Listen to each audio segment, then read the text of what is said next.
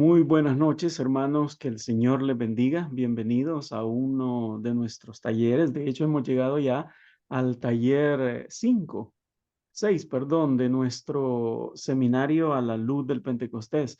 Para nosotros es una gran bendición y un gran privilegio este día llegar a este punto. Hemos hablado en los talleres anteriores sobre diferentes temas. Bueno, la semana pasada no pude acompañarles por cuestiones de nuestro retiro nacional de pastores de las Asambleas de Dios.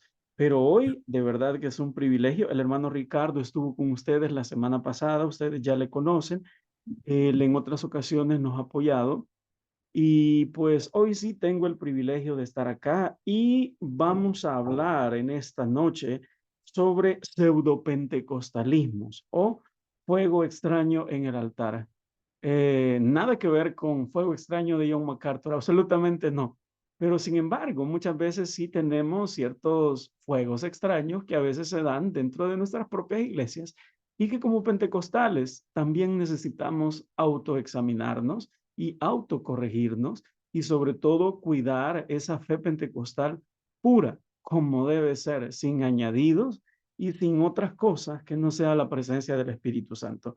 Esta noche nos honra con su presencia el pastor Christian Thorne y quiero dar una breve reseña sobre él, alguien a quien, bueno, particularmente ha sido mi maestro ya en los seminarios de Prosepa y he tenido el privilegio de escucharlo y es un gran maestro en realidad. Y él es coordinador de calidad educativa del CRA, secretario y tesorero de la ATAL, que es una asociación teológica en América Latina, es representante y profesor de ISUM. Para aquellos que no están familiarizados con el término, porque aquí vemos personas que no todos somos de Asamblea de Dios, ISUM es el Instituto de Superación Ministerial de las Asambleas de Dios que forma, luego de que los pastores completan su formación en un instituto bíblico, y Zoom brinda formación en el área de la licenciatura en teología y más adelante también ofrece maestrías en el área teológica.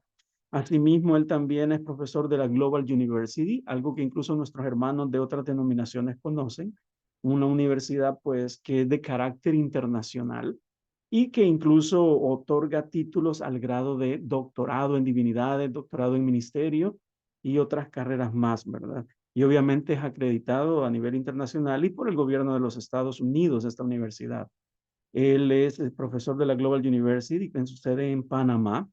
Es profesor regular del ISBA, un instituto o seminario bíblico de las Asambleas de Dios, en las cátedras de teología bíblica y sistemática, hermenéutica y los libros de Juan.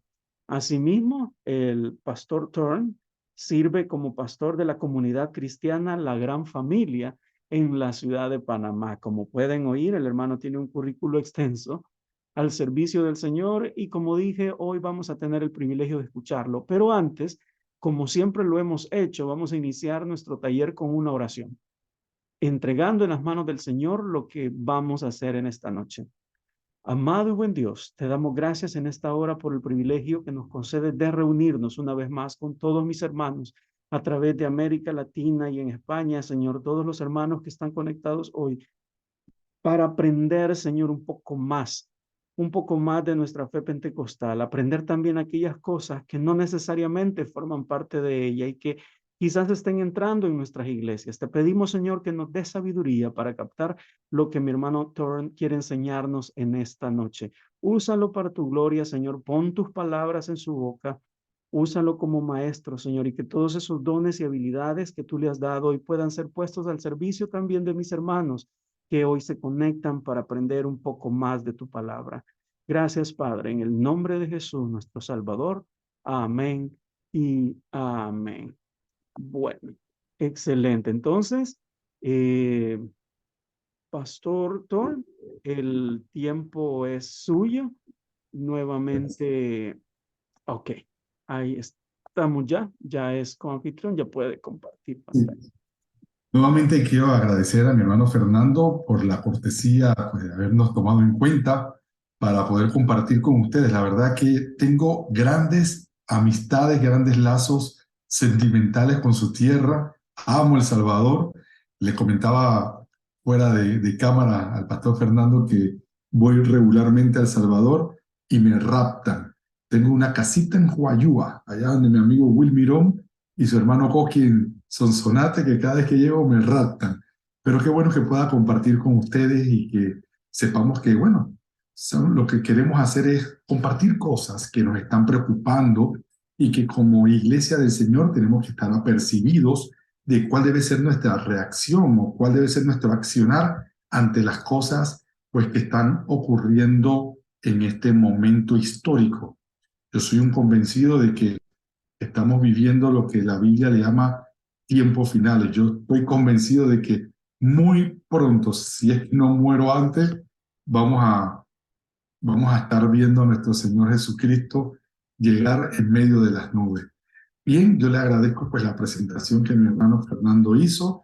Ahí estoy con mi esposa, que trabajamos juntos en el ministerio, me ayuda a pastorear la iglesia, trabajamos juntos también en las cosas que tienen que ver pues, con la educación cristiana, tanto de Asambleas de Dios como de otras organizaciones. Seguimos sirviendo en instituciones como el ISBAT, que son los institutos bíblicos de Panamá, el ISUM, la Facultad de Teología, Global University, en fin. Trato de decir algunas cositas como referencia porque me da mucha satisfacción llegar a los países y que a veces me dicen, yo lo conozco, usted fue mi profesor en Global, o fue mi profesor en ISUM, o lo vi en la cumbre. Y qué bueno es poder recibir el cariño de ustedes, ¿no? Así que nada, yo espero que pasemos un buen tiempo y quisiera aclarar un par de cositas antes de comenzar. Pues el objetivo de esto es presentar algunas corrientes, algunas prácticas principalmente que están haciendo daño a la iglesia. La idea no es atacar personas, sin embargo, sería irresponsable hablar de algo y no ser lo suficientemente íntegro para decir de quién estamos hablando. Pero el objetivo no es denigrar a la persona, sino adversar posiblemente las ideas que consciente o inconscientemente están propagando y que le hacen daño pues, a la iglesia de nuestro Señor Jesucristo. Decía mi hermano Fernando, vamos a hablar de fuego extraño, pero no de MacArthur. Pues Fernando, te tengo una noticia. Sí vamos a hablar de MacArthur un poco. Este señor que ustedes ven ahí es John MacArthur, es un conocido teólogo, pastor, él es bautista, calvinista, ¿no? Pero, sin embargo, yo les puedo decir que yo tengo muchos libros de él, estoy seguro de que a lo mejor algunos de ustedes también en sus bibliotecas también pues tienen una que otra Biblia MacArthur o algún libro escrito por MacArthur. Y la verdad que era para mí una persona de admirar, hasta que un día hizo una aclaración, una declaración que la verdad me dejó pensando. Él dijo lo siguiente, él dijo que las manifestaciones de adoración pentecostales, o los carismáticos, son fuego extraño que ofende al Espíritu Santo. Eso lo dijo en el 2014, en víspera del lanzamiento de su libro del mismo nombre, Fuego Extraño. A la verdad, cuando esto ocurre, yo me sentí personalmente aludido y, ¿por qué no decirlo? Me sentí ofendido. Y decía, ¿qué le pasa a este señor? ¿Cómo él va a decir que las manifestaciones de adoración nuestra de los pentecostales es fuego extraño que ofende a Dios? Lo que yo no sabía, y les voy a ser sincero, le di la oportunidad. Le di la oportunidad porque yo creo que si uno ha seguido una persona y ha tenido un buen testimonio en cuanto al estudio de la palabra, yo creo que merecía la oportunidad de entender, ponerme sus zapatos, saber por qué él estaba pensando de esta manera. Y efectivamente, quiere que le diga algo, me di cuenta de algo, de que las cosas que él declaraba y hablaba como que estas manifestaciones pentecostales son precisamente las que nos tienen a nosotros aquí reunidos esta noche. Hablar del pseudo pentecostalismo, en otros lados es conocido como el neopentecostalismo. Lo que es manifestaciones de nuestra pentecostalidad que gente o ideas que han nacido desde el centro de nuestra propia iglesia, pero que a todas luces no son bíblicas, ¿no? Algunas personas han comentado a raíz de esto que MacArthur exageraba extremadamente algunos de sus postulados sobre los pentecostales, pero yo les voy a decir con toda sinceridad y honestidad, él no estaba exagerando. El error de MacArthur es que él no supo diferenciarnos a nosotros de los neopentecostales o de los pseudo pentecostales, porque Él nos metió a todos en la misma olla y nos revolvió. Y ese es el pecado que Él tuvo, que no supo distinguir. Pero ciertamente a esas personas, a esas corrientes que Él adversa, nosotros también las adversamos, y es por eso que no solamente estudiamos qué piensan ellos, sino que a partir de saber lo que ellos piensan, entonces podemos determinar qué hacer o cómo atacar o cómo vivir con estas corrientes. La Biblia lo advierte, el propio Jesús nos dijo que tuviéramos cuidado porque vendrían falsos profetas que vendrían a nosotros vestidos de oveja, pero por dentro son lobos rapaces. Y si el propio Jesús nos los advirtió, créame que tenemos que estar apercibidos. De hecho, quisiera hacer algunas declaraciones para poder dejar sentados, como quien dice, las reglas de lo que vamos a hablar en esta noche. Principalmente quiero decirles que nosotros creemos en la fe cristiana evangélica. Somos cristianos evangélicos pentecostales y en nuestro caso de las asambleas de Dios estamos fundamentando nuestra fe en las sagradas escrituras. Esa es la fuente de nuestra fe. También que nosotros creemos en la Biblia como norma de fe y conducta y que debe ser estudiada e interpretada de manera sana por todos nosotros. Y lo digo porque hay otras corrientes religiosas que no solamente tienen la Biblia por base, sino también las declaraciones que algún profeta de ellos haya hecho. Así que para nosotros nuestra fuente de autoridad doctrinal es la palabra. También quiero dejar claro que sabemos que la Biblia puede ser mal interpretada, puede ser mal manejada, sacada de contexto, y precisamente por ser sacada fuera de contexto es que se pueden crear estas malas prácticas que hoy estaremos pues analizando. Yo quisiera que usted se sintiera en confianza de poder, cuando usted lo sienta así, posiblemente en medio de la presentación, usted tenga una pregunta. Puede ser que yo no lo esté viendo en el momento porque tengo la presentación, pero bien puede levantar la mano, y si yo lo veo que hay una mano levantada, pues yo interrumpo para darle paso a una pregunta, alguna inquietud, porque quiero que esto sea dinámico, quiero que esto lo podamos crecer todos en lo que estamos viendo, ¿no? Así que sabemos que todo se basa en una buena interpretación de la palabra. De hecho, hay una advertencia. El apóstol Pedro en su segunda carta, en el capítulo 2, los versos del 1 al 3, nos dice: pero se levantaron falsos profetas entre el pueblo, así como habrá también falsos maestros entre vosotros, los cuales encubiertamente introducirán herejías destructoras, negando incluso al Señor que los compró, trayendo sobre sí una destrucción repentina. ¡Wow! Esto es tremendo. Dice que en guerra avisada mueren menos soldados, porque siempre van a morir, hermanos, se lo digo. Bien.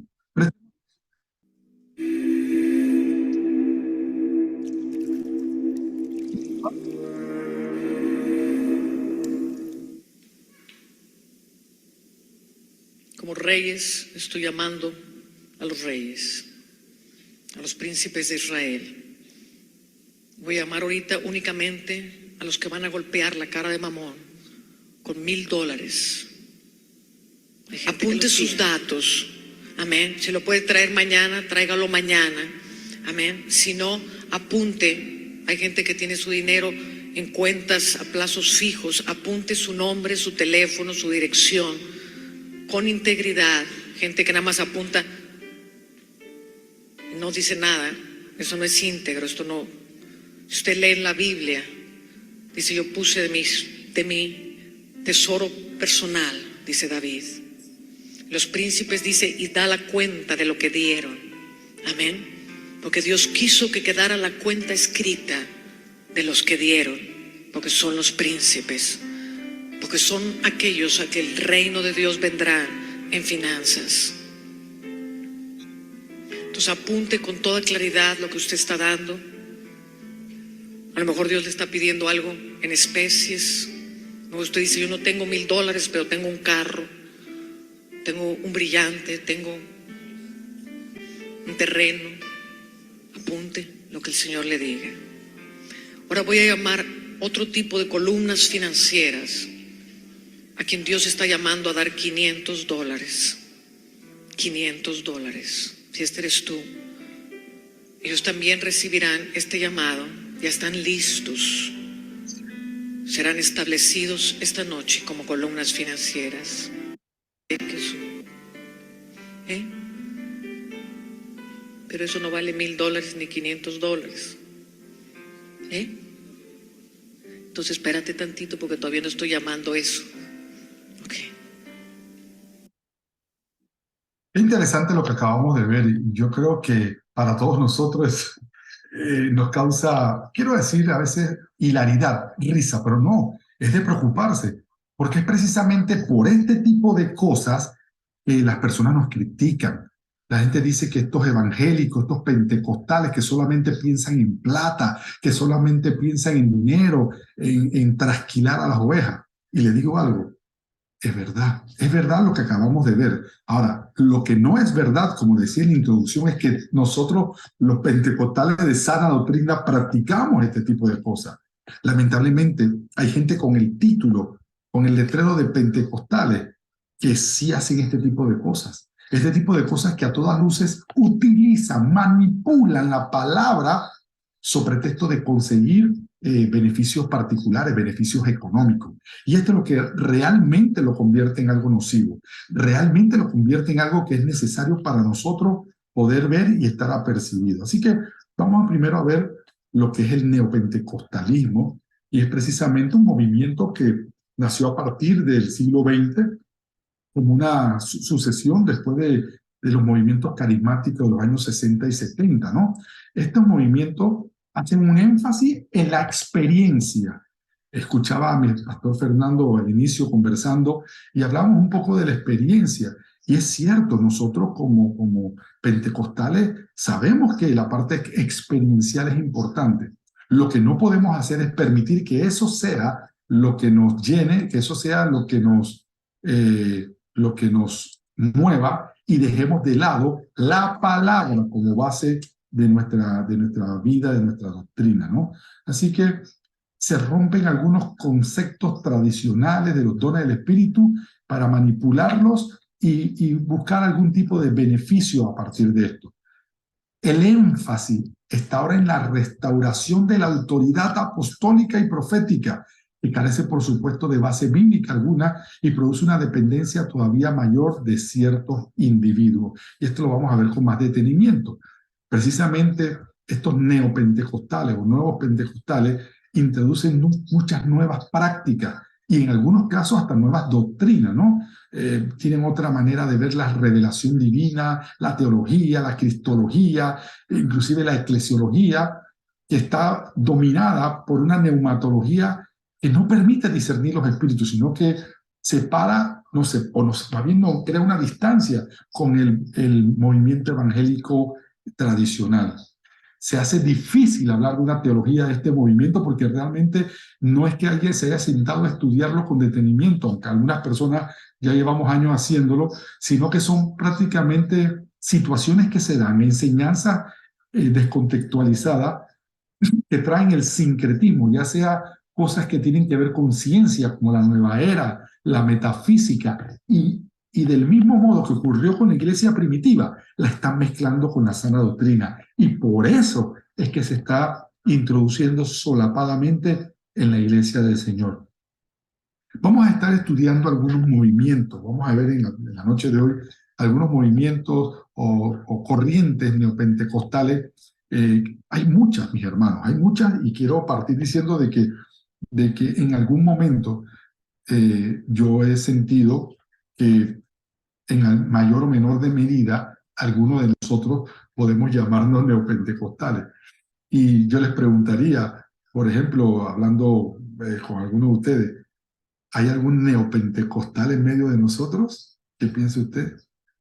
Hay varias personas, ¿no? ¿Habrá algún neopentecostal? Pues yo le digo que nadie quiere admitirlo, pero yo voy a levantar la mano y le voy a decir por qué yo levanto la mano. Porque en algún momento de nuestra existencia, de nuestro caminar como cristianos, todos hemos caído en esta práctica.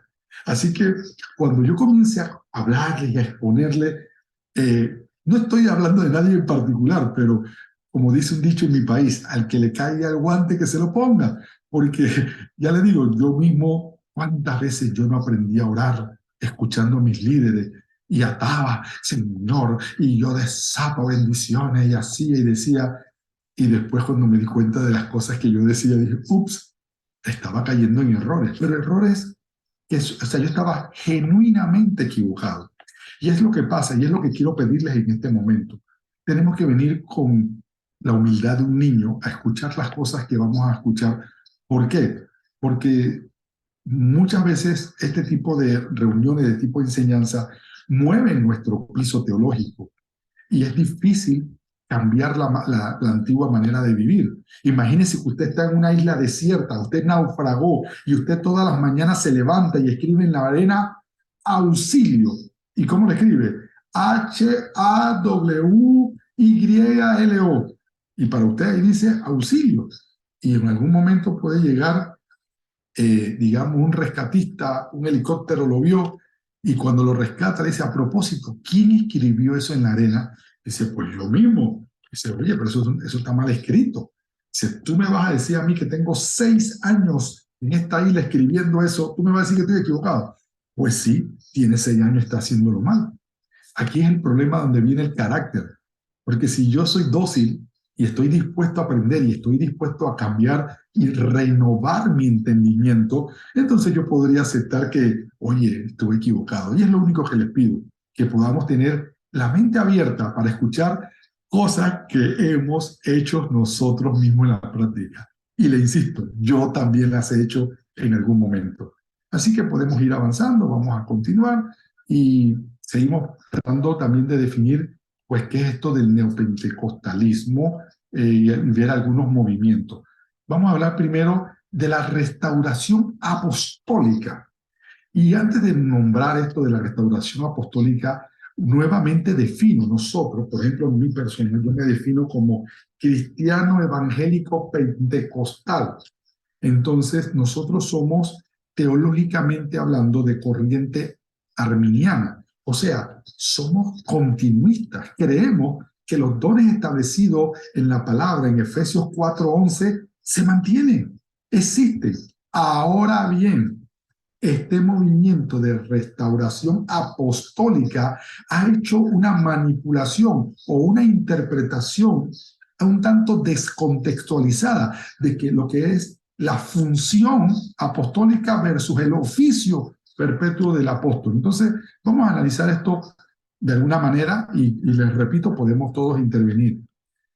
La reforma apostólica y profética, porque van ligadas, estamos hablando de una manifestación nueva y reformada de lo que tiene que ver con el ministerio de los apóstoles y los profetas, plantea que según sus propulsores es un movimiento donde Dios está restaurando e introduciendo a la iglesia el ministerio y oficio apostólico y profético, y con ello una nueva comprensión, y aquí está lo importante, que hay una nueva comprensión de lo sobrenatural, una nueva revelación, un nuevo conocimiento o una nueva verdad de parte de Dios.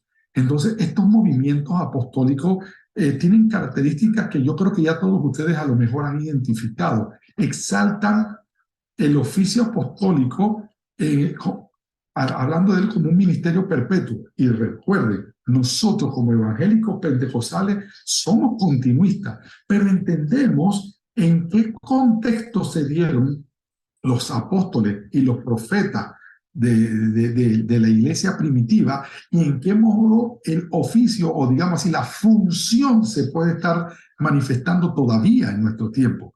Sin embargo, hay algunas personas que están utilizando esta terminología apostólica y profética para crear un esquema de jerarquía dentro de los ministerios cristianos.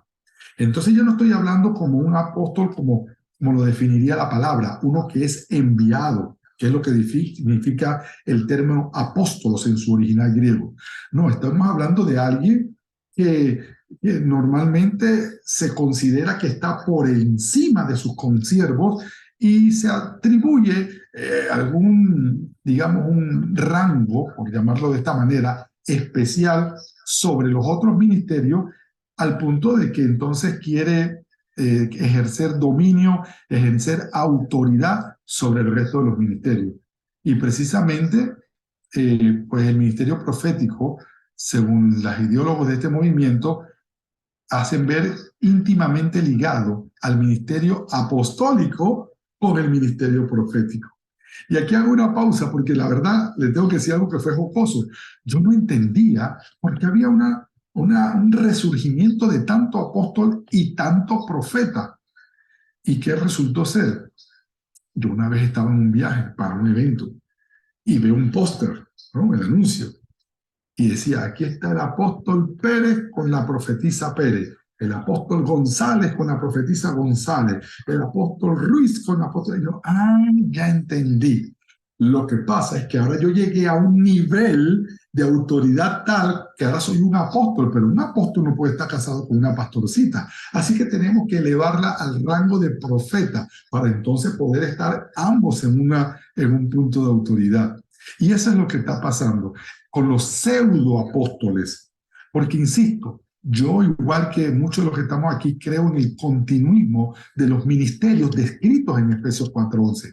Lo que yo sí debo entender y debemos explicar es de qué manera el día de hoy y cómo la palabra maneja esto de los apóstoles y esto de los profetas.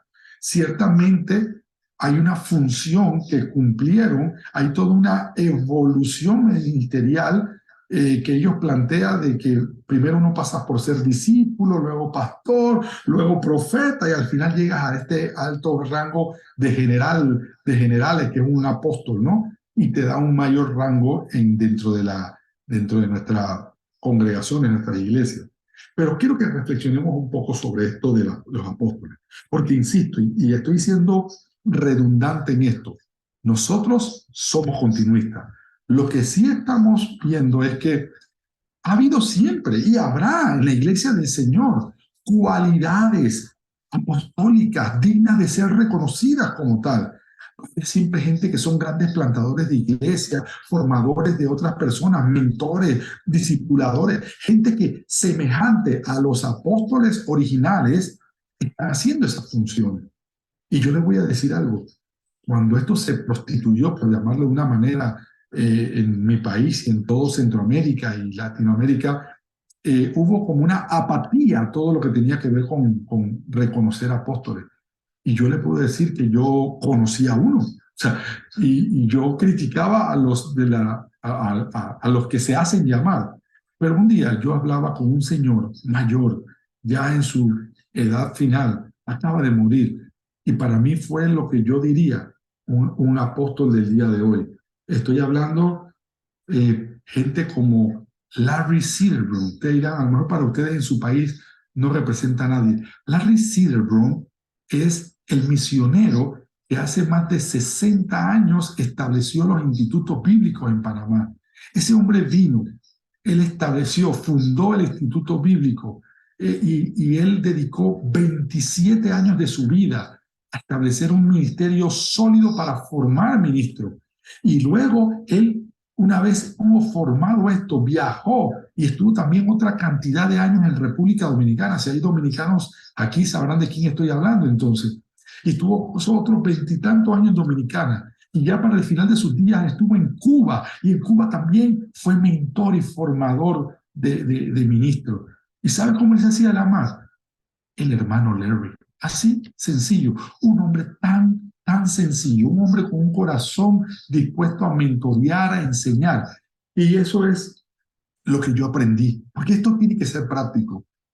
Hay todavía gente que, por decirlo así, hacen una función de mentores, de asesores, de sobreveedores, pero no utilizan esta experiencia ministerial para hacerse sentir como que están por encima de los demás. De hecho, ninguno se hace llamar apóstol. Y conozco muchos hombres, estoy seguro que usted, mientras escucha lo que yo estoy diciendo, debe estar pensando en grandes hombres en El Salvador, que usted puede decir, mira, este nunca se ha hecho llamar apóstol, pero este realmente, este sí es un hombre de Dios, este es un hombre que se ha gastado y desgastado por la obra, ha sido mentor de muchos maestros, de muchos pastores, y ahí es donde nosotros vamos a ver a través del fruto de su vida si está cumpliendo. Sin embargo, hay que hacer una distinción mientras que reflexionamos. Estas personas que distinguieron en la palabra como apóstoles y aquí estoy usando los términos, apóstolos, ellos tenían algunas cualidades muy particulares. La primera es que ellos fueron testigos de la resurrección de Cristo y fueron llamados por él al ministerio. Así que parte de decir yo soy un apóstol de Jesucristo era decir yo lo vi, yo caminé con él y él fue el que me llamó a mí. Otra cualidad es que recibieron esa revelación, ese conocimiento del ministerio, del nuevo pacto, es decir, de todo lo que tiene que ver con el Nuevo Testamento, lo recibieron directamente de ellos, o sea, del maestro.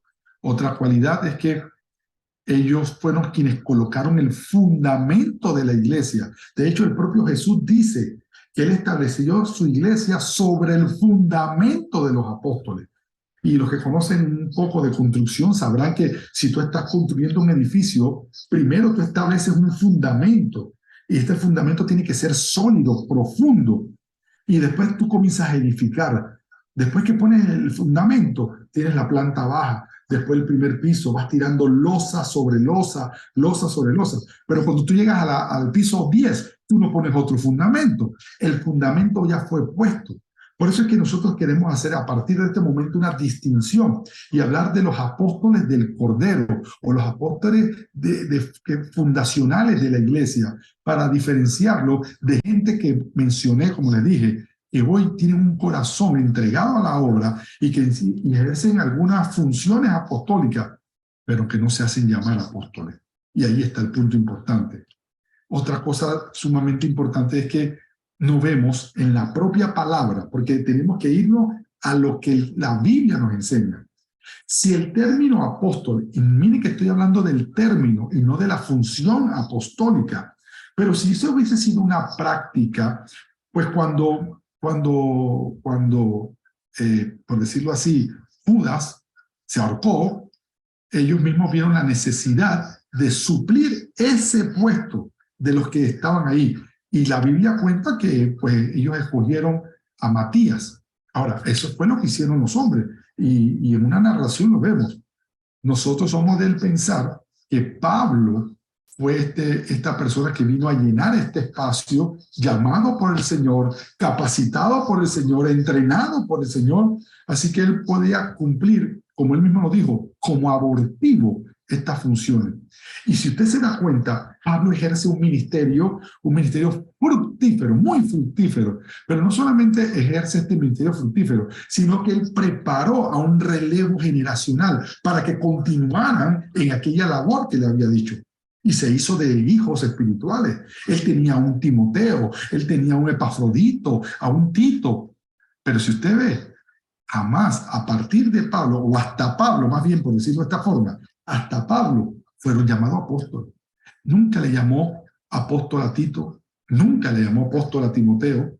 Y sin embargo, leyendo estas cartas que él escribió cuando les daba instrucciones, sabemos que ellos siguieron los pasos de su maestro. Así que hicieron las obras que Pablo hizo. Y muchos pudieron decir, oh, el apóstol Timoteo o el apóstol Tito. Así que la Biblia misma no da testimonio de la continuación del uso de la terminología apóstol. No obstante, insisto en esto, Timoteo, Tito, Epafrodito y tantos otros hijos en la fe de Pablo continuaron haciendo las cosas que el apóstol Pablo hacía. Así que estas obras apostólicas se hicieron, pero no fueron llamados apóstoles. Y mucho menos para tratar de crear una jerarquía sobre el resto de sus hermanos. De hecho, eran enviados a Pablo, digamos a Pablo con Silas, fueron escogidos, fueron enviados para que visitaran las tierras y fueran expandiendo y llevando el mensaje. También con Bernabé. Les pareció bien a los líderes y al Espíritu Santo que ellos fueran enviados. Y es lo que significa el término apóstol, mensajero, enviados. Pero ya sabemos que muchos han utilizado esto mal y lo han utilizado como término de un vocablo que tiene que hacer ver con una función de jerarquía, ¿no? Entonces, este vocablo de apóstol, para referirse a los apóstoles de Cristo, quienes cumplieron esas funciones de revelación y fundación sobre las cuales las siguientes generaciones de ministros íbamos a sobreedificar. Estamos sobreedificando la iglesia en el fundamento que nos pusieron estos apóstoles del Cordero. Y es importante que quede bien señalado. Ahora, esta nueva reforma apostólica comete graves errores doctrinales y que la palabra nos lo permite ver. Lo primero, lo que ya mencioné, ignoran la sabiduría de los padres apostólicos del segundo siglo en adelante, que no prolongaron el uso de este título de apóstol para ellos mismos. También ignoraron la inexistencia de ejemplos y directrices que la propia Biblia nos da, haciendo un reconocimiento de futuras generaciones de apóstoles. La Biblia no nos presenta ninguna siguiente generación de apóstoles, pero entendemos que hay funciones apostólicas, pero nadie llamándose apóstol y colocándose por encima de sus demás consiervos. El atribuir funciones a los apóstoles que no corresponden a la realidad, esto es un grave error, como esto de impartir, activar dones espirituales, crear propias redes de iglesia, vender cobertura. Yo no sé qué tanto se da esto por El Salvador, pero les puedo decir que en toda Latinoamérica hay gente diciendo, bueno, estoy bajo la cobertura del apóstol tal, que yo pago mensualmente para estar dentro de su equipo ministerial. Ya estas son distorsiones de lo que la palabra nos enseña. Entonces, estas son cosas que para nosotros son realmente preocupantes, sabiendo a todas luces de que, como les dije, hay funciones apostólicas. Nosotros somos continuistas. Sabemos que la palabra es la misma ayer, hoy, por los siglos, pero precisamente la palabra me marca las normas prácticas de lo que se debe o no se debe hacer. Y ya le digo, hasta Pablo, después de Pablo, la iglesia hablaba de ancianos, hablaba de maestros, pero no hablaba, inclusive ahí se introduce el término pastor, como el que llevaba y cuidaba el redil. Sin embargo, no veíamos que se nombraran nuevos apóstoles con esta autoridad de los apóstoles del Cordero, ¿no? Pero hoy tenemos a tantos apóstoles, y yo estoy seguro que mientras ustedes escuchan mis palabras, están pensando en el apóstol tal y el apóstol tal. Ustedes tienen muchos apóstoles por allá, por Centroamérica, que la verdad que llega un momento que preocupa el desorden que han hecho con esto. Y les digo más, todo esto de la función apostólica ha estado vinculada a la función profética, porque entonces son dos ministerios que existen desde siempre. Y hablemos un poquito de los profetas. La función profeta no solamente inicialmente fue para revelación. O sea, cuando Moisés decía a los profetas es a Dios revelándose a través de estas personas que traían un mensaje. Miren, nuevamente estamos hablando de mensajeros. Traían un mensaje de parte de Dios. Y cuando esta gente en el Antiguo Testamento decía, así ha dicho Jehová, era palabra de Dios. Y no solamente era palabra de Dios, lo interesante es que ellos mismos no sabían que estaban creando lo que en adelante sería la palabra, porque ellos profetizaron, Isaías, Zacarías, Jeremías, toda esa gente, cuando daba su oráculo, su mensaje de parte de Dios, constituían autoridad profética, pero se escribió la palabra. Luego vino el Nuevo Testamento y vino Jesús mismo a darle autoridad a la palabra de los profetas del Antiguo Testamento y a los testigos de él del Nuevo Testamento. O sea, estamos hablando de un Jesús, es Dios hecho hombre. Él pudo con toda autoridad decir, ¿saben una cosa? Sencillamente, yo hablo aquí y lo que yo digo es lo que es. Pero Jesús no funcionó de esa manera. Jesús decía, escrito está. Y a él hacer ese tipo de declaraciones, él estaba dando y reconociendo la autoridad de esos profetas. Pero al mismo tiempo que él decía, escrito está, se rodeó de hombres y mujeres para que caminaran con él y registraran fielmente las cosas que le vieron hacer y oír. Entonces tenemos un Jesús afirmando la autoridad de los profetas del Antiguo Testamento y afirmando la autoridad de estos hombres que escribirían lo que usted y yo conocemos como el Nuevo Testamento. Pero, hermano, toda revelación, escúcheme bien lo que le voy a decir, Toda revelación llegó hasta Apocalipsis 20, capítulo 22, versículo 22. Hasta ahí llegó. Si alguien dice, y este es el problema con la función profética ahora, porque hoy día la propia palabra nos lo dice Pablo en 1 Corintios 14:3, que la profecía es para edificación, exhortación, consolación, pero ya no para generar, ya no es para generar revelación, porque ya todo está revelado. Entonces, miren lo que estamos enfrentando en estos movimientos. Por un lado, gente que se quiere creer apóstoles, pero apóstol con la intencionalidad de ejercer autoridad sobre sus consiervos. Y por otro lado, hombres amadores de sí mismos diciendo, yo soy el profeta del Señor. Es más, quiere que le diga algo, dicen ellos.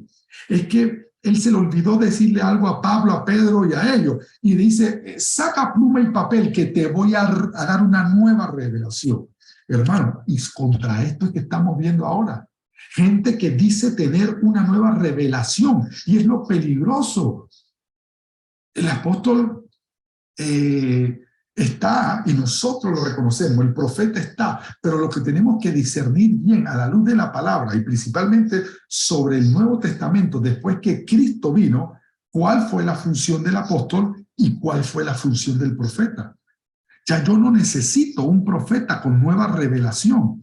Ya yo no necesito un apóstol con señal o con funciones de fundación de la iglesia.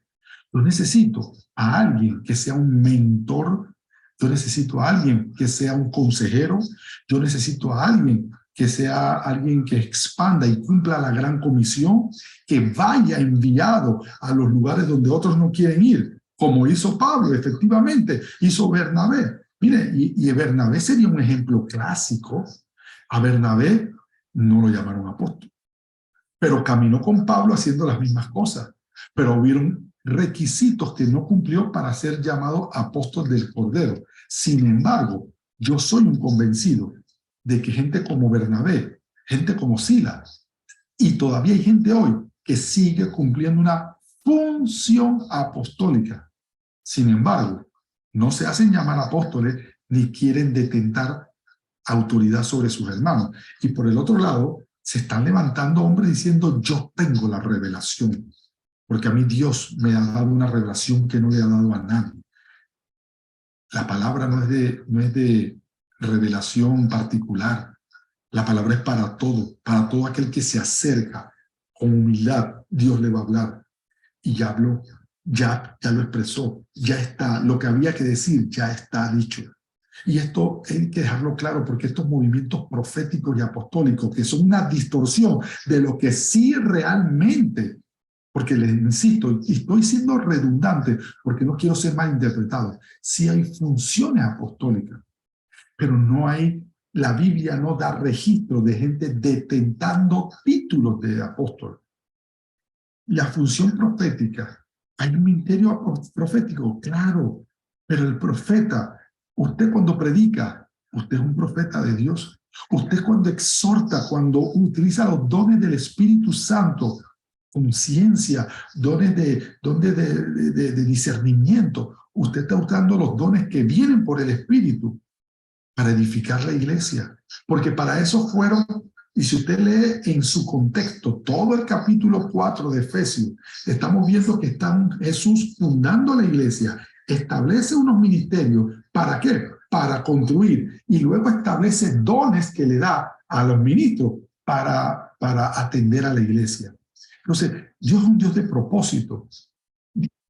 Es que cuando yo veo a alguien haciendo algo que no tiene un propósito en Dios, me asusto. Yo veía uno que decía en estos días en las redes sociales, tráigamelo, decía, yo voy a escribir algo aquí. Y él escribió un papel y dijo, ¿usted viene de tal lugar? Sí. ¿Usted no sé qué? Y comenzó a adivinar y al final dice, dígame si el nombre que tengo escrito aquí es su nombre. Y le enseña el papel. Y si efectivamente era el nombre. No vamos a entrar en discusión si era falso o no falso. Es que yo le pregunto, ¿qué función, ¿Qué propósito tiene que yo me sepa el nombre de alguien? Estamos haciendo, esta gente viene, son charlatanes, adivinadores, gente que está utilizando engaño para crear toda una atmósfera que son los pseudo o grandes ministros de Dios que tienen un don muy particular que usted y yo nunca podríamos aspirar, como ser un profeta de la nueva revelación. Así que de estas cosas tenemos que cuidarnos, mis hermanos. Y como le dije, llevar esto más allá de lo que verdaderamente es. Darle atributos a un profeta de hoy que no tiene atributos reveladores, sino atributos de consolación, de exhortación, de edificación. Si ellos se quieren proclamar por encima de la palabra, entonces estamos viendo, estamos delante de momentos peligrosos que usted y yo tenemos que estar apercibidos, porque se están levantando estos hombres, y por lo general son gente magnéticas, son hombres que tienen una exposición de la palabra, me refiero a un verbo, y que sus manifestaciones asombrosas hacen que muchos lo sigan, pero eso es una gente que está engañando a la iglesia. Les está engañando y les está llevando por un camino de perdición. Y tenemos que cuidar a la grey de todo esto. Cualquiera... hay gente que piensa que porque abrió la Biblia y leyó 2, 3 versículos. Miren, nosotros en hermenéutica enseñamos que uno no puede tomar un texto y ponerlo fuera de contexto. Cuando tú estudias la palabra, tú tienes que entender qué es lo que fue dicho en ese momento. ¿Por qué se dijo lo que se dijo? Estaba hablando la eterna discusión o el eterno argumento con hermanos calvinistas sobre el tema sobre la predestinación. Y ellos insisten, por ejemplo, de plantear su punto de vista de que Dios preestableció quiénes se iban a salvar. Bueno, tú sí, tú no, tú no, tú no, tú sí. Y yo le digo, ¿y en base a qué tú dices eso? Dice, en base a la soberanía de Dios. Y yo le digo, nosotros también creemos en la soberanía de Dios. Y es precisamente en función de esa soberanía de Dios que Él nos entregó algo que se llama libre albedrío. Y por ese libre albedrío yo tengo la responsabilidad de discernir todas las cosas que veo. Porque yo seré el único responsable sobre las cosas que yo crea y haga creer a otras personas. Y es lo que queremos establecer en esta noche. Y hablar un poquito, por eso que hemos traído con mucha responsabilidad todo lo que tiene que ver con el movimiento apostólico y profético. Pero ustedes saben de qué movimientos apostólicos y proféticos yo estoy hablando. No de los genuinos. Porque así como yo sé que usted ha repasado en su mente una lista de pseudoapóstoles, también se conoce grandes hombres de Dios en El Salvador. Santo Dios, ¿quién conoció a Juan Bueno? ¿Quién conoció al hermano Bueno? Esos son gente que nunca se hicieron llamar apóstoles, pero yo te digo, esos son verdaderos apóstoles. Y eso es lo que quiero decir. Gente que ha amado y ha cumplido sin querer detentar más allá de lo que la Biblia misma los ha hecho ver. Hablemos un poquito de otros movimientos, si el tiempo nos lo permite, ¿no? Vamos a hablar un poco sobre lo de la restauración. Es una nueva tendencia que hemos tenido, la restauración del tabernáculo caído de David. Esta es otra cosa que es un tanto preocupante, y yo quisiera dejar varias cosas muy claras antes de continuar. Primero, yo soy amante, soy respetuoso y fan de la cultura hebrea. De hecho, les puedo decir que en mi vida secular, antes de dedicarme 100% al ministerio, trabajé toda mi vida con hebreos, con judíos en Panamá. Los judíos son comerciantes muy respetados en mi país, y las grandes empresas pues son precisamente de judíos.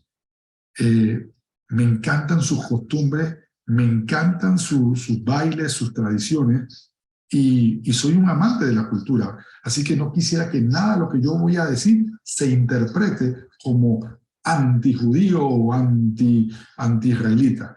Sin embargo, se están dando unos movimientos hoy día, en base a esto, que basándose en Hechos 15:15 al 17, para decir que la forma de adoración de la iglesia ha sido restaurada. Y aquí donde está el problema. Y permítanme ponerlo en contexto. Digamos que mi amigo Francisco Valdizón, colega y profesor y amigo de toda la vida, fue en su acostumbrada excursión a Tierra Santa. Y allá le entregó un regalo, a uno de ustedes le entregó un regalo para mí. Cuando veas a mi hermano Cristian Antón, entrégale este chofar. Y yo recibo ese chofar, lo recibo con la emoción, como lo que es una pieza que representa la cultura hebrea. Lo traigo a Panamá. Y en la iglesia le digo a la congregación, miren lo que me regalaron, me lo trajeron de Tierra Santa, escuchen cómo suena. Y todo el mundo dice, maravilloso. Hasta aquí no hay ningún problema. Hasta aquí no hay ningún problema. El problema es que me quieran decir que el culto no comienza si no se toca el chofar. En el chofar está la manifestación de la voz de Dios convocando al pueblo. Y es donde se convierte en falsa doctrina. Me encantan las danzas hebreas, pero no tienen idea cuánto. Pero yo soy de los que entienden que nosotros adoramos a Dios dentro del contexto de nuestra propia cultura. Así que no satanicemos cuando otro adora a Dios en su propia cultura. A lo mejor a usted no le gusta el reggae, pero si usted va a Jamaica, no se extrañe de ver en una iglesia que estén adorando con reggae. O si usted va a Nashville, Tennessee, no se extrañe de que la música country sea la base de lindas adoraciones. Del mismo modo, no se extrañe que usted esté por Centroamérica y usted escuche una cumbia muy hermosa adorando y exaltando las cualidades de nuestro Señor. Pero lo que hace el movimiento de restauración del tabernáculo de David es que dicen que esta es la única manera de adorar efectivamente a Dios, que cualquier otra forma de adoración fuera de esta no es recibida por Dios. Y este es el problema de este movimiento. Dicen que de estas panderetas cuelgan una cinta y que estas cintas proclaman las bendiciones para la iglesia. Estas son las cosas que nos quieren enseñar. Que muchas de estas iglesias también usan, como le dije, el chofar para convocar a las reuniones y que si esto no se hace así, pues no se puede iniciar. Y es cierto que David levantó una tienda especial, que es por decir así, usted se acuerda que el tabernáculo de Moisés tenía 3 áreas, el atrio, ¿no? El lugar santo y el lugar santísimo. Bueno, lo que hizo David cuando pudo rescatar y traer de vuelta el tabernáculo, él lo que hizo fue el lugar santísimo, una sola tienda, y la estableció, porque lo que había en el corazón de David era un deseo de que no solamente los israelitas pudieran acercarse a Dios, sino que la gente de toda tierra y nacionalidad que habían confesado, que habían aceptado al Dios de Israel, también se pudieran acercar a Él.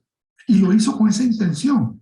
Pero lo que está pasando cuando se hace una interpretación descontextualizada de Primera de Crónica, en los capítulos 15, los capítulos 16, hacen ver a David como si tuviera un conocimiento profético de lo que él estaba haciendo, como si él estuviera apuntando a la instauración de un nuevo orden de adoración.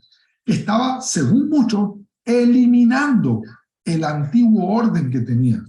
Y no hay nada más falso que esto, porque David no eliminó el sacrificio. Después de David, después de que pudieron establecerse el templo, todavía la gente hacía sacrificios, todavía tenían que seguir cumpliendo la ley. Así que las innovaciones del culto que trajo David no eran asuntos proféticos, como hace llamar este movimiento, sino el genuino deseo de David de adorar a Dios y hacerlo, digamos así, accesible para toda nación. Entonces, esta enseñanza del tabernáculo de David, como le decía, le atribuye a David una insólita comprensión profética de las realidades futuras, cosas que vendrían después en Cristo y que se expresaban, como le diría, a través del tabernáculo de Jerusalén. Pero nada indica que David levantó un segundo tabernáculo y que mucho menos que lo hizo con la finalidad de adorar libremente sin ofrecer los sacrificios que la ley les establecía a ellos. Después de David se siguió cumpliendo con la ley por mucho, mucho tiempo, hasta que llegó Cristo. Y el propio Cristo No vino a abolir la ley, vino a cumplirla. Y en función de ese cumplimiento fue que se pudo transformar en el cordero, el justo cordero para nosotros. Así que el sacrificio existía, aún en tiempo de Jesús. No hay tal cosa como la eliminación para establecer un nuevo orden. Y este es el punto, mis hermanos. Este movimiento del tabernáculo de David quiere crearnos una idea de que ya no hay que adorar, o que hay que adorar de una sola manera. Tenemos prácticamente que judaizarnos. No sé si todos entienden el término. O sea que para ser un buen cristiano me tengo que hacer judío primero. Entonces esto es muy peligroso. Y les repito, necesito ser nuevamente insistente en esto. Yo admiro la cultura hebrea. Me encanta un baile hebreo. De vez en cuando tenemos en la iglesia especiales, pero después que me cantaste y me bailaste con danzas hebreas, yo no tengo ningún problema con que me pongas unas buenas cumbias también, adorando a nuestro Señor Jesucristo. Y quien quita estas buenas canciones qué sé yo, de Marcos Witt y de tantos otros salmistas que nos han ayudado a llevar a la presencia del Señor. Pero que alguien me diga hoy día que la adoración que nosotros le hemos ofrecido al Señor no es válida porque no es la que tiene que ver con las panderetas y las danzas hebreas, nos están llevando a judaizar. Y aquí es donde se convierte en una falsa doctrina. Aquí es donde se vuelve un problema. Entonces, esto se está volviendo cotidiano. Porque, hermanos, estos engaños, estas prácticas son tan atractivas. Y son muy atractivas porque no parten de una mentira, sino parten de una verdad o de algo que era una práctica usual, pero trastocada. Mi hermano Héctor quisiera hacer una pregunta. Cuéntame, Héctor.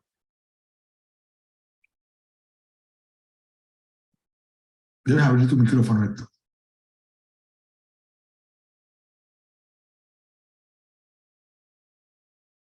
¿Estás ahí, Héctor?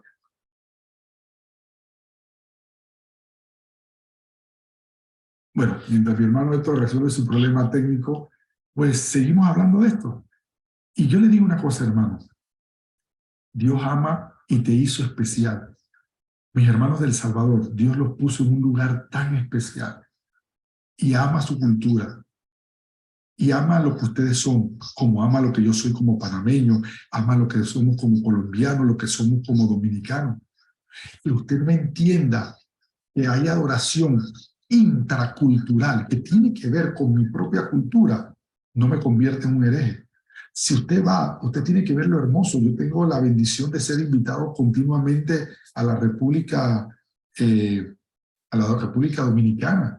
Y qué lindo es que cuando veo que llega el momento de las alabanzas, estas alaban con sus güiros, tamboras, y qué lindo es verlo en el contexto de su propia cultura, adorando al Señor. Usted no se tiene que hacer judío, no se tiene que hacer judío, no tiene que decir como me dijo uno por ahí el otro día, tú has estado orando equivocadamente. Y yo, ¿por qué? Porque tú le oras a Jesús y Él no te ha respondido. Tú tienes que orarle a Yeshua. Yo, Yeshua, bien. Esas son las cosas que están dañando. Hay gente que quiere saber más que Tío Conejo. Y como dijo alguien en un comentario, cree que porque leyeron 2 veces la Biblia y porque leyeron el Antiguo Testamento, me va a decir, al final yo se lo dije, Jesús es un nombre traducido a 160 idiomas y dialectos, muchos más. Pero cuando yo me arrodillo y miro al cielo y digo, Padre, cuando digo Jesús, Él me entiende. Porque es que este movimiento dice que si no lo hago en el nombre de Yeshua Mashiach, entonces no tiene validez. De eso estamos hablando. De los nuevos judaizantes. Al final de la historia, el resumen de esto es, nos quieren judaizar. Quieren hacernos decir que para ser correctos cristianos, tenemos que ser primero correctos judíos. Que tenemos que hablar y adoptar terminología hebrea que no nos corresponde. Que tenemos que adoptar prácticas. Hermano, si usted pues circuncidó a sus hijos por un asunto de salud, por un asunto de estética, pues yo lo entenderé. Pero no me diga a mí que si lo único que yo tengo que hacer en la iglesia es dedicar a los niños cuando me los traen. Yo no tengo que circuncidar a nadie. Yo no tengo que judaizar. Y estos movimientos actuales nos están llevando a querer judaizar. Es lo mismo, hermano, miren, no es ninguna mentira nueva, es la misma mentira vieja. O sea, Satanás funciona igual. Él agarra una verdad, le pone sus toques de mentira, lo lanza, daña a mucha gente, pero cuando ya no puede hacer más daño, retoma esa mentira, la trae y la vuelve a maquillar. Los que yo le estoy hablando ahora, que hacen lo del tabernáculo de David y los judaizantes, es la misma que Pablo criticó a los Gálatas. Mire, si usted pudiera estudiar dentro del contexto correcto lo que pasó en la iglesia de Gálatas, y si usted pudiera ponerle el tono correcto, mire, cuando Pablo se va y llegan a él noticias, prácticamente se puede escuchar todavía hoy en 2023 a Pablo diciendo Gálatas estúpido, para usar el término en español, porque hay que saber traducir lo que él había dicho. Insensatos, dice la Reina Valera, para que nadie se ofenda. ¿Cómo es posible que yo he estado tanto tiempo con ustedes, enseñándoles la palabra, liberándolos a ustedes del yugo de esclavitud que era la ley? Yo me doy la vuelta y ahora ustedes que se quieren circuncidar, ahora ustedes quieren judaizar. Y contra eso peleó Pablo. Contra eso, contra las enseñanzas de los docetas, de Cerinto y de todas aquellas personas que trataron de decirle a ellos, bueno, pues, antes yo pensaba que esta era la religión de los judíos, y ya nos dimos cuenta porque el propio Dios le dijo a Pedro y a todo el mundo, no, esto es para todos. Pero bueno, se tienen que hacer judíos primero si quieren ser cristianos. O sea, eso es lo que están tratando de hacer. Y en palabras menos, es lo que yo he querido expresarles en esta noche. Más que extenderme con muchos, mencionarles muchos casos, quiero que vean lo peligroso de las artimañas de Satanás, porque está utilizando cosas que no son de nosotros. Yo conversaba con alguien que me decía, tengo un problema porque mi hijo es adventista del séptimo día.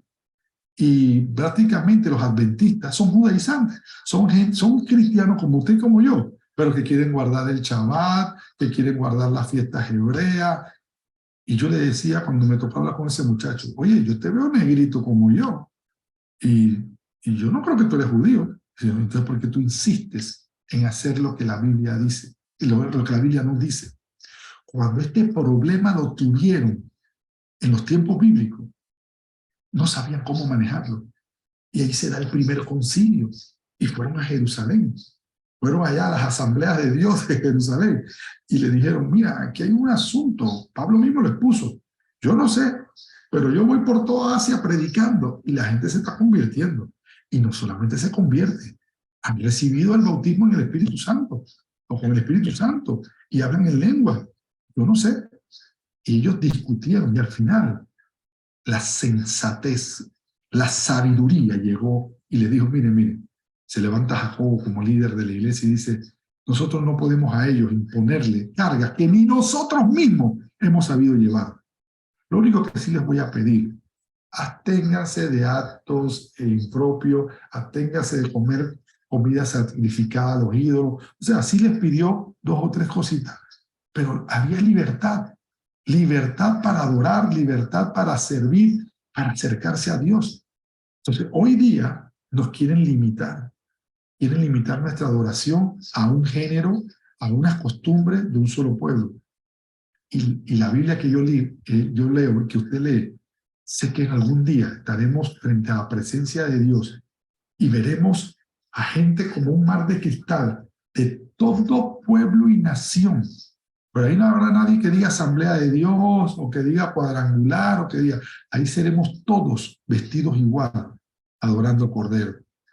Entonces, ¿por qué me quieren hacer judaizar? Y esta es la clave. Porque de este movimiento judaizante que comenzó desde el siglo I, hoy día tiene otros nombres, pero sigue siendo lo mismo. Gente que pretende que usted y yo seamos judíos antes de ser cristianos. ¿Alguien tiene una pregunta? Creo que vi alguna mano levantada. ¿Alguien tiene alguna pregunta? Ahora sí, hermano, disculpe que no se me activaba el micrófono. Dígame, mi hermano. Bueno, Dios le bendiga y saludos a todos. Mi pregunta va relacionada, o mi comentario y pregunta va relacionada a lo que usted comentaba hace un momento atrás, donde decía que nuestro entendimiento, vamos a decirlo así, voy a parafrasear, nuestra forma de aplicar el cristianismo lleva en cierta forma la carga cultural a la que nosotros nos debemos y respondemos. Yo estoy 100% de acuerdo con eso, pero creo que es oportuno hacer una salvedad, ¿no? Porque yo la he tenido que discutir en mi congregación. De hecho, el fin de semana tuve el privilegio de tener de llevar la reflexión del fin de semana, y una de las cosas que decía era que, como dice Romanos, nosotros tenemos que cambiar nuestra manera de pensar, ¿verdad? Romanos 12:1, y no adaptarnos a este mundo.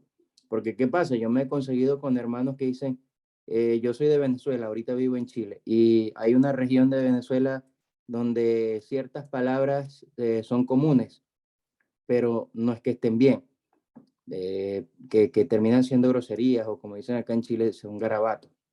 Entonces, para nosotros como venezolanos, son garabatos, son groserías, pero para ellos quizás en su región no lo son. Entonces yo tengo que hacer la salvedad, porque yo digo, o sea, tenemos que también incluso esos aspectos culturales evaluarlos a la luz de la palabra, porque, a ver, y les pongo un ejemplo que puede ser extremo, pero que es para que se entienda la idea. En Jamaica, por ejemplo, usted que ha hablado ahorita del reggae, en Jamaica también es normal, es una cultura el consumo de la marihuana, por ejemplo.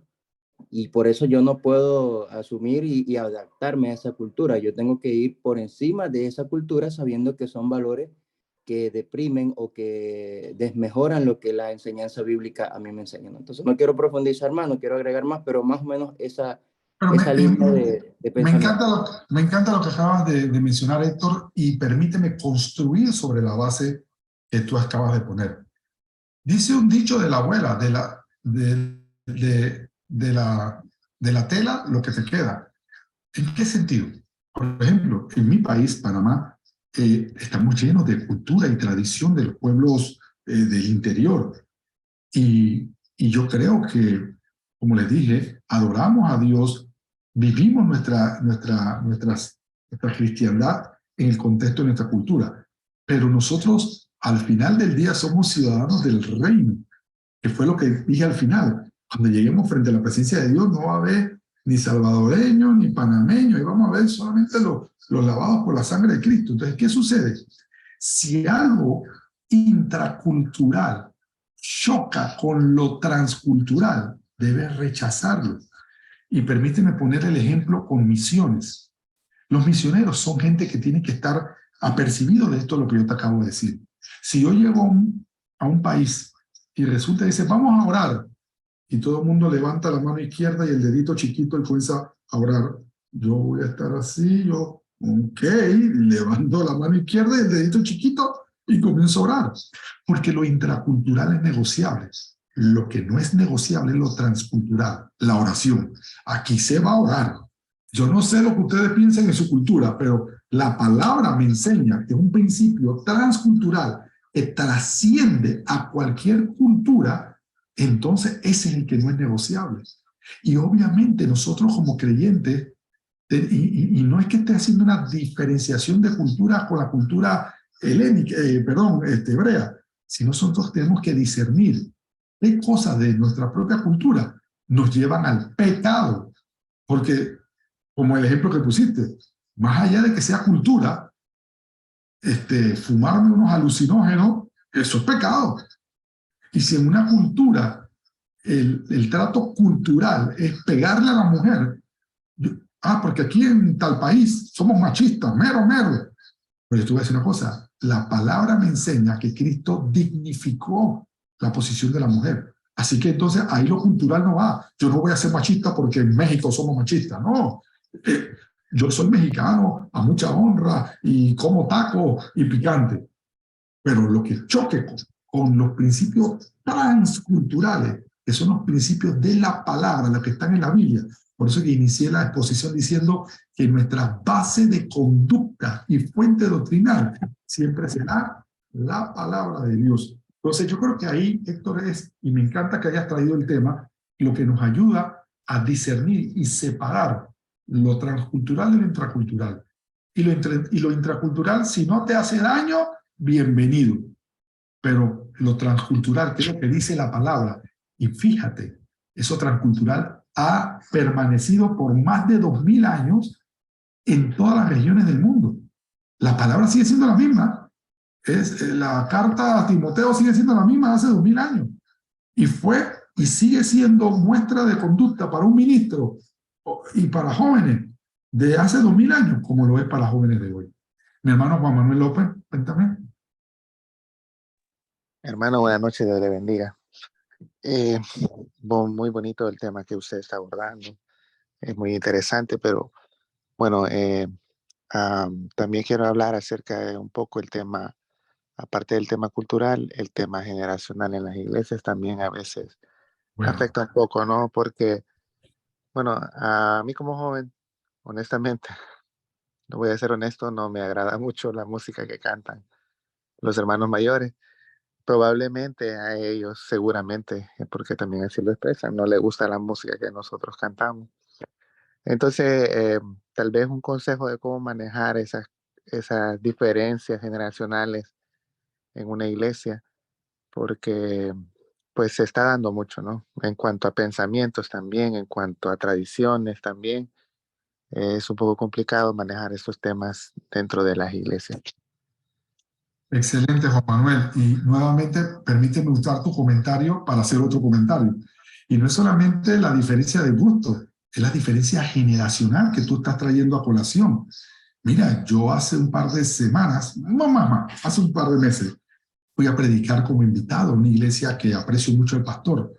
Y cuando llegué, la congregación ya me conoce y me decía, pastor, bienvenido. Y una señora, una viejecita, me dijo emocionada, ay, pastor, me encanta cuando usted viene a visitarnos. Solo tengo algo en contra de usted. Y yo me puse serio, dice, ¿qué cosa, hermana? Es que usted no predica con la Biblia. Y yo, no. Dice, usted usa la cosita esa, ella está hablando de mi tableta. Usted usa la cosita esa. Y yo, bueno, hermana, esa es la Biblia. Dice, no, eso no es la Biblia. Yo, aunque usted no lo cree, hermana, en esa cosita, como usted le llama, yo tengo 103 versiones de la Biblia, 68 diccionarios bíblicos y 42 comentarios. Dice, sí, pero eso no es la Biblia. Eso no es la Biblia.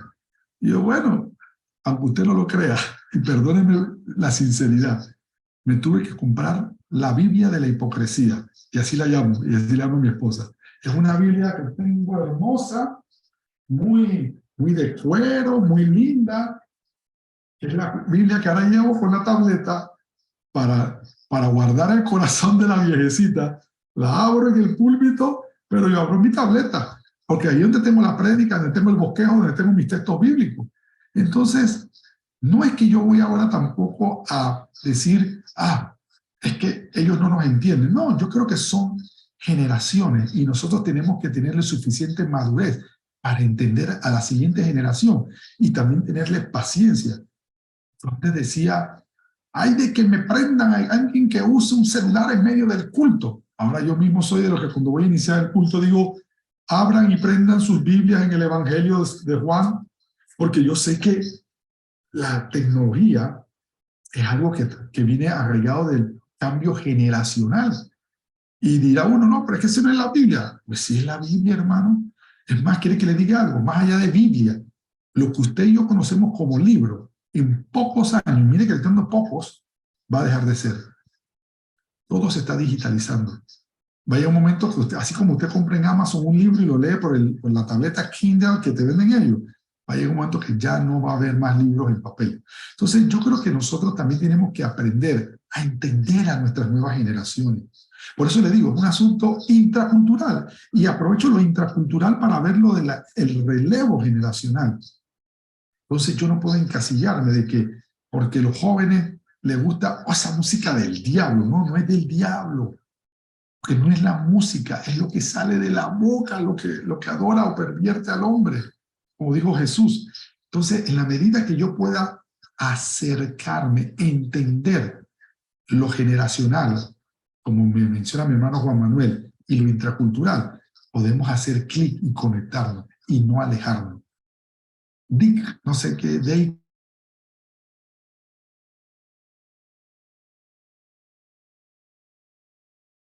Tiene la mano de...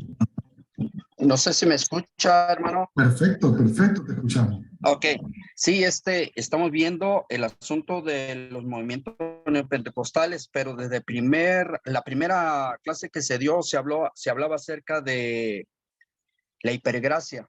Ahorita se ha tocado el asunto de la restauración apostólica, ¿verdad?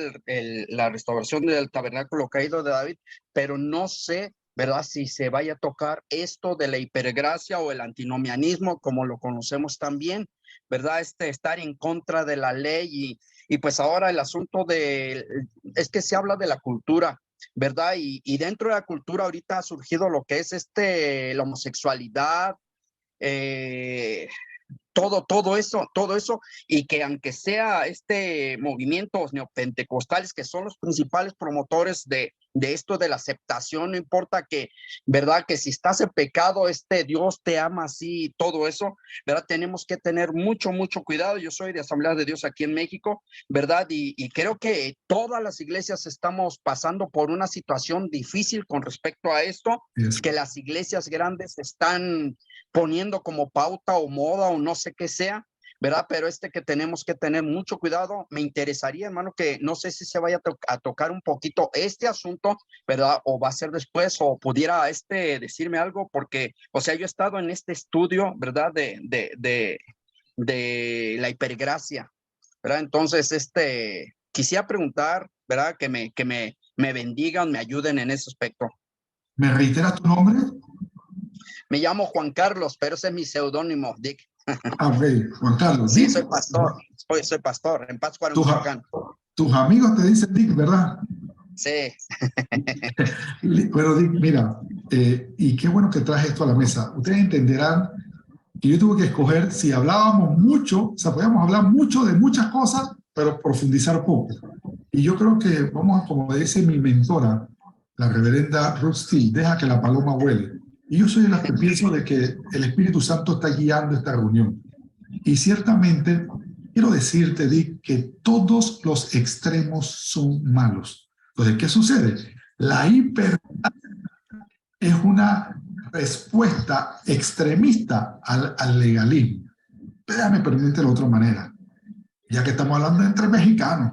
Sí. Siempre se ha dicho que el mexicano es el mero, el macho. El machismo no es bueno, pero el machismo generó el feminismo, que es el otro. Claro.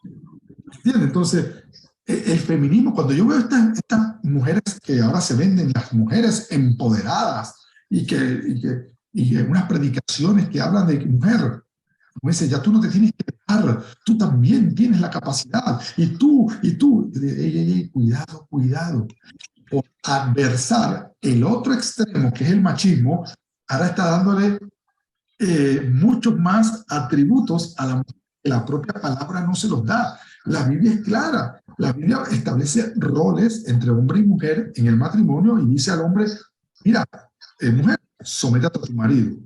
Pero antes que digas que esto es algo injusto, déjame decirte algo. Al hombre le digo que te tiene que amar, pero no de cualquier manera. Te tiene que amar como Cristo, como a la iglesia. Claro. Y con todo el sacrificio. Entonces, esto es lo que viene a poner un balance. De hecho, toda doctrina dañina, toda falsa doctrina, nosotros siempre hablamos de sana doctrina. Ok, ¿qué es sana? ¿Qué es saludable? Saludable es un balance. Cuando tú estás enfermo, es que tienes un desbalance químico en tu cuerpo. Y cuando vas al médico, el médico te receta algo que corrige ese desbalance. Lo que está pasando es que hemos sido tan agredidos por los legalistas que ahora nos vamos al otro extremo de hablar de una hipergracia en la cual dice, vengan todos porque Dios nos ama a todos como somos. Y ese es el error. El error de decir que Dios me va a recibir como soy. Yo le digo a la gente en la iglesia que yo presido, yo le digo, aquí, si entra un homosexual, nadie me lo mire mal. Si entra un indigente, permítanle entrar y que se siente donde quiera. Ahora, cuando me ha tocado hablar con esos homosexuales, yo les digo, el Señor, ¿sabe que tú eres especial? ¿Sabe que el Señor te ama? Sí, sí, por supuesto, pero el Señor no ama lo que tú haces.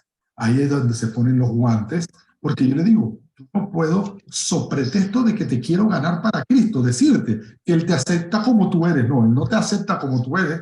Si te hubiera aceptado como tú eres, no hubiera necesidad de haber venido y haber muerto en la cruz. Esto es lo que se va dando con lo de la hipergracia, es darle más atributos. Ya no es libertad, porque el Gálatas dice que a libertad fuimos llamados, pero es que ya esto no es libertad, es libertinaje.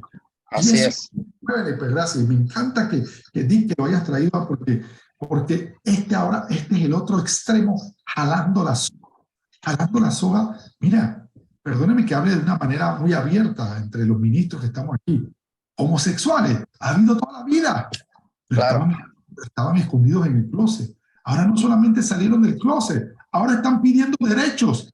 Ahora no solamente piden derechos, ahora les ofende nuestra presencia. Es más, ya nos llaman intolerantes. Es más, quisieran poder cercenar a que nosotros no enseñamos la palabra de Dios. O sea, están jalando del otro lado la soga, si me vas a entender. Y es lo que tiene que ver hipergracia. Y esto amerita, solamente ese tema amerita otra clase, porque es el tema de momento, la hipergracia y todo lo que tiene que ver con los movimientos LGTB y con todas estas minorías, o cómo algunos se quieren casar.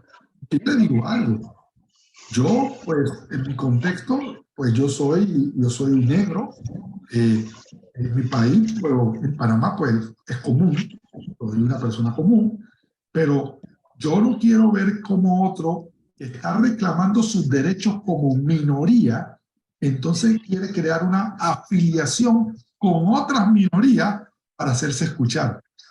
Entonces, y se meten en la iglesia. Hermano, recuerde que la iglesia es una expresión de la sociedad. Todo lo que está ocurriendo en nuestra sociedad, entienda usted o no lo entienda, se va a ver manifestado en el seno de la iglesia. Porque es la misma vecina que te ganaste, es la misma hermana pecadora que te ganaste, la misma bochinchosa, no sé si se dice así en otro lado, el mismo mentiroso, el mismo adúltero que está allá afuera, es el que va a venir a la iglesia. Y precisamente que tenemos que reeducar. Dice la palabra que hemos venido a Cristo, que nueva criatura somos y que las cosas son hechas nuevas. Pero esta gente hay que disimularla y hay que sacarle el chip que dice que somos intolerantes, que somos legalistas.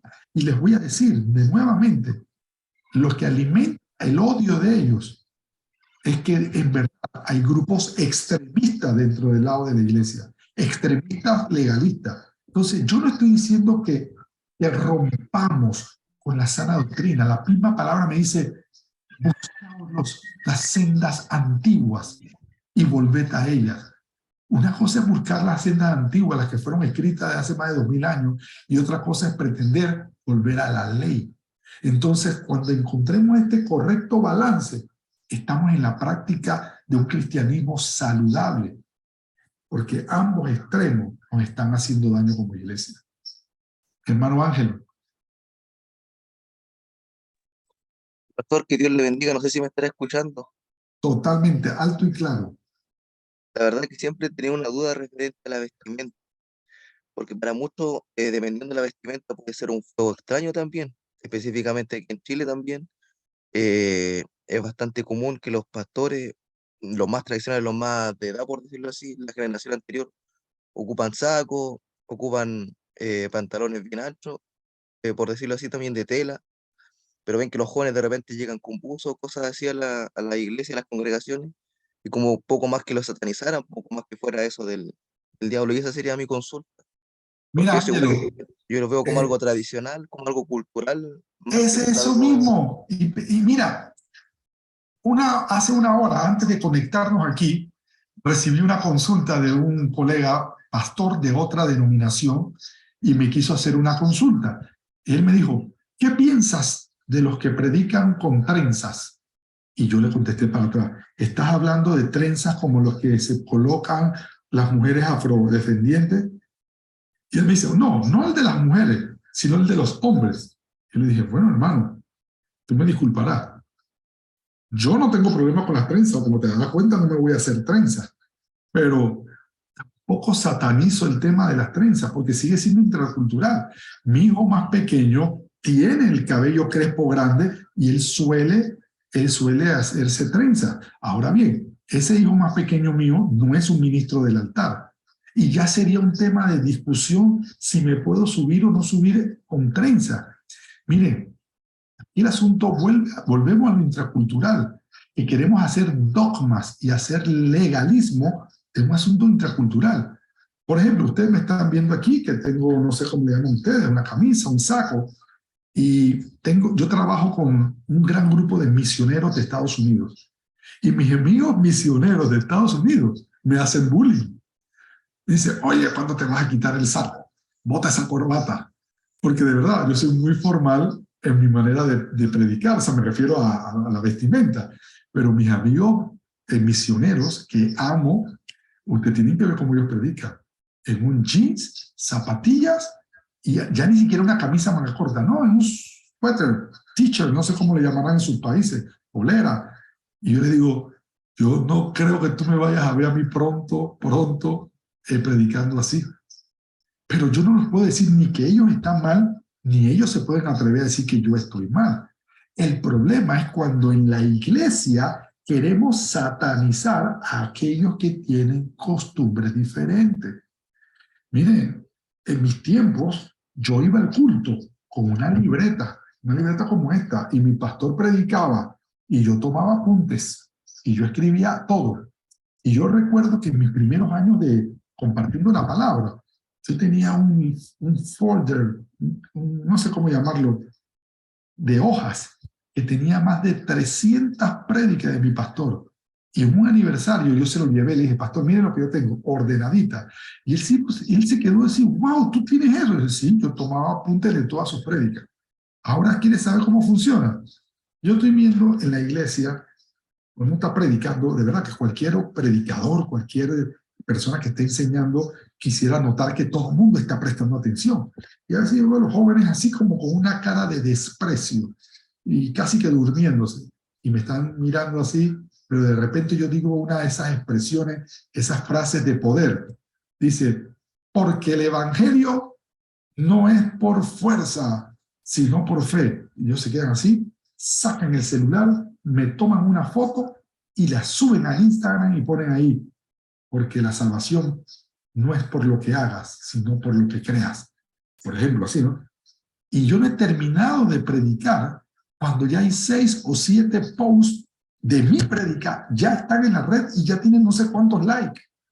Pero esa es la manera como la juventud percibe la manera de recibir la palabra. Al principio a mí me costó entenderlo. Ay, tienen que traer apuntes, tomar apuntes. No, ellos no toman apuntes, hermano. Ellos te toman y te hacen un post en el Facebook, bueno, ya no usan Facebook, en el Instagram, o te hacen un TikTok. Entonces, a eso es que nosotros tenemos que evitar. Caer en que lo intracultural comience a dominar, porque en el momento que lo intracultural domine nuestra vida, vamos a quedar siendo pseudo-pentecostales, criticando al que no lo hace igual que yo, porque yo creo que él está equivocado, sin saber que a lo mejor el equivocado soy yo. Mi hermano que tiene la voz de Juan.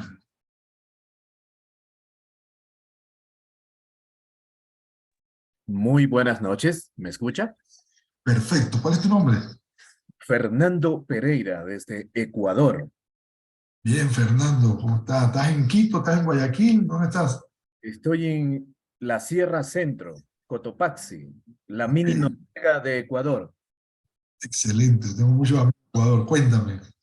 Buenas noches, profesor, y buenas noches a todos los presentes. Después de su lectura, ¿el neopentecostalismo estará con nosotros como la cizaña que acompaña al trigo? ¿Se trata de una moda teológica que terminará? ¿Cómo vemos la evolución? ¿Hay algo más después del neopentecostalismo? Sí.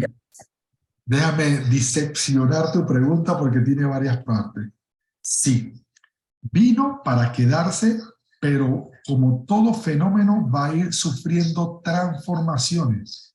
Ahora hablamos hasta del el metapentecostalismo. O sea, no quiero abrir algunas puertas, porque si me meto en esas puertas, mi hermano me va a tener que invitar unas 2 o 3 veces más. Pero está evolucionando, no involucionando, está evolucionando, porque la modernidad que estamos viviendo ahora nos está llevando a niveles inimaginables. Miren, estamos viviendo en la época de la inmediatez, de la información. Ahora mismo, si hay un juego de fútbol, que de hecho creo que hay un juego de fútbol ahora mismo de Copa de Naciones, podemos estar aquí y hay uno que tiene la otra pantalla abierta viendo el juego e inmediatamente sabe los resultados. Antes teníamos que esperar al día siguiente, ver el noticiero para ver si en la sección de deporte o comprar periódico para ver cómo quedó el juego. No, ahora todo se sabe. Entonces, ese acceso desmedido a la información ha hecho que ahora nuestra fe esté siendo atacada por otras corrientes. Entonces, cuando usted ve la persona que se quita el saco y tira el saco y con el efecto del saco dice que está ungiendo a la gente, eso son prácticas de espiritistas. Mire, son las mismas mentiras del diablo, mi hermano. Las mismas mentiras que Pablo enfrentó, las estamos enfrentando ahora, pero con diferente nombre. Por eso que mi primera respuesta es sí, y no es que son nuevas, son las mismas mentiras de antes. Solamente que ahora le llamamos Scientology, ahora le llamamos Nueva Era, ahora le llamamos con otros nuevos nombres, pero esa misma Nueva Era eran los Zetas, eran los judaizantes. O sea, estamos viendo cómo Satanás está repitiendo el ciclo, pero le pone otros adornos. Por eso que creo que no es que si se va a permanecer, es que lo que estamos viviendo viene desde antes. Sin embargo, está evolucionando. Estamos, como te dije, en la era de la información y de la inmediatez, donde todo el mundo es conocedor de la palabra, y digo todo el mundo sarcásticamente, donde todo el mundo tiene un post y se atreven a subir sus verdades y las considera como verdades universales. Entonces, cualquiera que se atreva a adversar eso, ya no hay filtros, me puedes atacar y me puedes desprestigiar. Y te buscas a 3, 4 amigos tuyos para que también hagan otros comentarios dañinos y acabes con mi reputación. Entonces, estamos viviendo en tiempos donde estas cosas se dan, donde le hemos perdido el respeto al Espíritu Santo. Y pues nosotros reciente, pues ya celebramos hace un poco semanas lo que fue Pentecostés. Y quiere que le diga algo. Y tiene que ver con lo que me preguntaste. No es solamente el hecho de que mucha gente ya no son pentecostales, son cristianos. Es más, en una clase que tengo de teología, el primer día de clase le digo yo, y voy a usar de ejemplo a mi hermano Juan Manuel, que ya hizo una pregunta. Juan Manuel, abre tu micrófono un momento, te voy a hacer una pregunta sencilla, no te asustes. Ok. Dime cuál es tu nombre completito. Juan Manuel López Abarca. ¿Cuántas personas se llaman igualito? Con el nombre completo, muy difícil. Muy difícil, ¿verdad? Ahora, si yo te digo cuál es tu nombre completo de cristiano, ¿sabrías decirlo? Soy de la Asamblea de Dios Pentecostal. Bueno, déjame decirte el orden. Yo soy cristiano evangélico pentecostal de la Asamblea de Dios de la Iglesia de la Gran Familia. Eso es lo que me da identidad. Entonces, ¿qué pasa? Hay cristianos, nuestros hermanos católicos son cristianos, pero no son evangélicos, así que, bueno, déjalo fuera. Evangélicos, nuestros amigos los bautistas son evangélicos, pero no son pentecostales. Wow, quedan fuera. Mis hermanos cuadrangulares o de la Iglesia de Dios son evangélicos pentecostales, pero no son de la Asamblea de Dios. Y aún dentro de la Asamblea de Dios hay gente de otras áreas del país y somos de la misma denominación. Y quiere que te diga algo, aunque todos somos de la misma denominación y supuestamente tenemos la misma declaración doctrinal, tenemos como digamos, por decirlo así, nuestra propia cultura de nuestra iglesia. Y yo he ofendido, o se han ofendido, porque como les dije antes, habrá algunos donde usted invite a alguien a predicar y porque predicó sin saco y corbata, dirán, este es un hereje. O al revés, vendrá uno muy togado, muy vestido y dice, ¿qué se cree este? Que es más santo que nosotros. O sea, son tantas cosas que uno a veces no sabe, no entiende, pero por eso nos juzgan. ¿Me entiendes lo que quiero decirte? Entonces, tenemos una identidad pentecostal y mi preocupación que Satanás está haciendo. ¿Quiere que le diga algo? Recuerden, lo transcultural no es negociable, lo intracultural sí. Yo todavía creo que el cristiano, el hombre y la mujer llamados por Dios, que ha sido bautizado con el Espíritu Santo, debe ser una persona llena del Espíritu. Y claro, por ejemplo, en nuestra Asamblea de Dios decimos además con la evidencia inicial de hablar en otras lenguas. Yo hablo en otras lenguas. O sea, déjeme partir por ahí.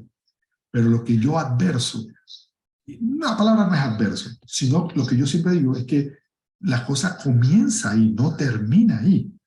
Porque a veces nos hemos concentrado tanto en esos aspectos que nos olvidamos que lo que verdaderamente yo debo procurar es la llenura del Espíritu. Y como yo soy lleno, entre más arrabacachanda soy, el que más, digo, Rambo saca la metralla, entre más eso yo soy más lleno, no. Entre más mi vida refleje amor, gozo, paz, paciencia, benignidad, templanza, fe, dominio propio. Eso es lo que se busca. Entonces, estamos dejando de ser pentecostales. Estamos dejando de anhelar la llenura del Espíritu Santo. Y el Espíritu Santo es una persona, no es una electricidad. Entonces, estas nuevas corrientes han querido diluir a la Trinidad, diluir a las personas. Algunas están haciendo ver por poco a Jesús. Ah, Jesús, bueno, fue un profeta. El Espíritu Santo, eso es una fuerza, es una electricidad. El Padre, bueno, Él era antes. O sea, están tratando de diluirnos a la deidad, a Dios. Y ya la gente no desea el Espíritu Santo. Y eso me preocupa tanto. Y eso es parte de los movimientos que se están dando hoy. Y nosotros estamos hablando. Nos hacemos llamar pentecostales, pero pentecostal que no tiene la presencia del Espíritu Santo. Eso es preocupante. Y debemos procurar nosotros enseñar una llenura del Espíritu. Y se está perdiendo. Ya no somos iglesia llena del poder de Dios.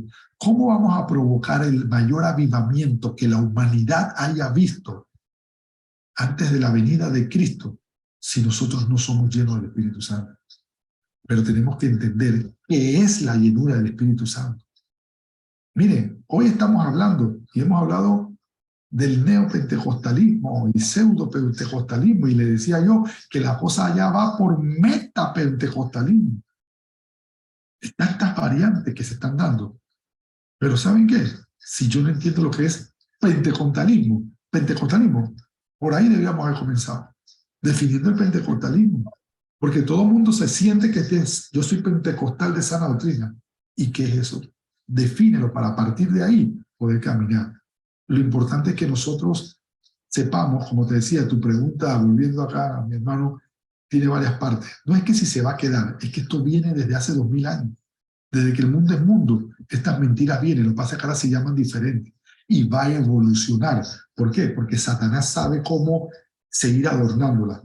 Pero esto no para.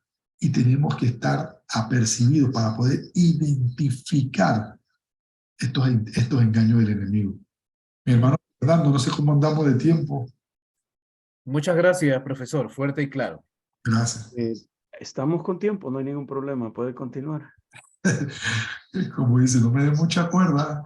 Es que a mí me apasiona todo esto que estamos hablando, mis hermanos. Me apasiona tanto porque no es que yo tenga ahora el título del defensor de la pentecostalidad y la cosa, no, pero es que la gente hoy está diciéndome, alguien se atrevió a decirme, usted sabe que cuando alguien te ataca es porque está tapando su ignorancia. Me dice, yo no tengo estudio, Yo no tengo instituto bíblico, pero yo tengo el don, yo tengo el poder del Espíritu Santo. Y yo, mira, si tú crees que yo no lo tengo.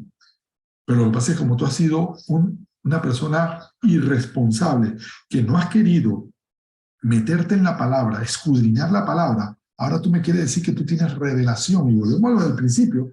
No, porque a mí Dios me revela. Yo no estoy seguro de lo que tú estás llamando revelar, porque ya todo está revelado. Dios te puede iluminar sobre algo. Es diferente. Pero revelar, ¿tú qué crees que tú eres tan especial así? Que tú eres la última Coca-Cola del desierto, que él te va a decir, oh, es que se me olvidó decirle algo a Pablo, Pedro y a Jeremías. Saca pluma y papel que te voy a editar algo nuevo. Eso no va. Y tenemos que cuidarnos de esa gente, hermano. Y esto es lo que yo quería.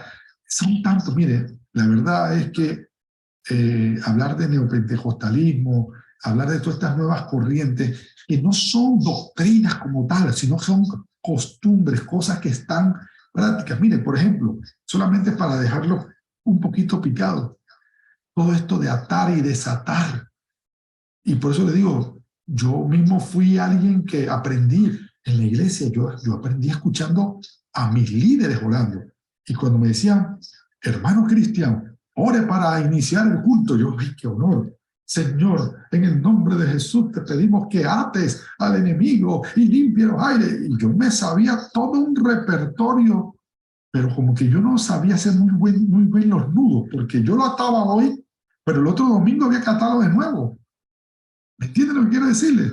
Entonces, yo mismo repetí tantas veces, tantas cosas, que ahora yo mismo le pido perdón a Dios porque no lo entendía.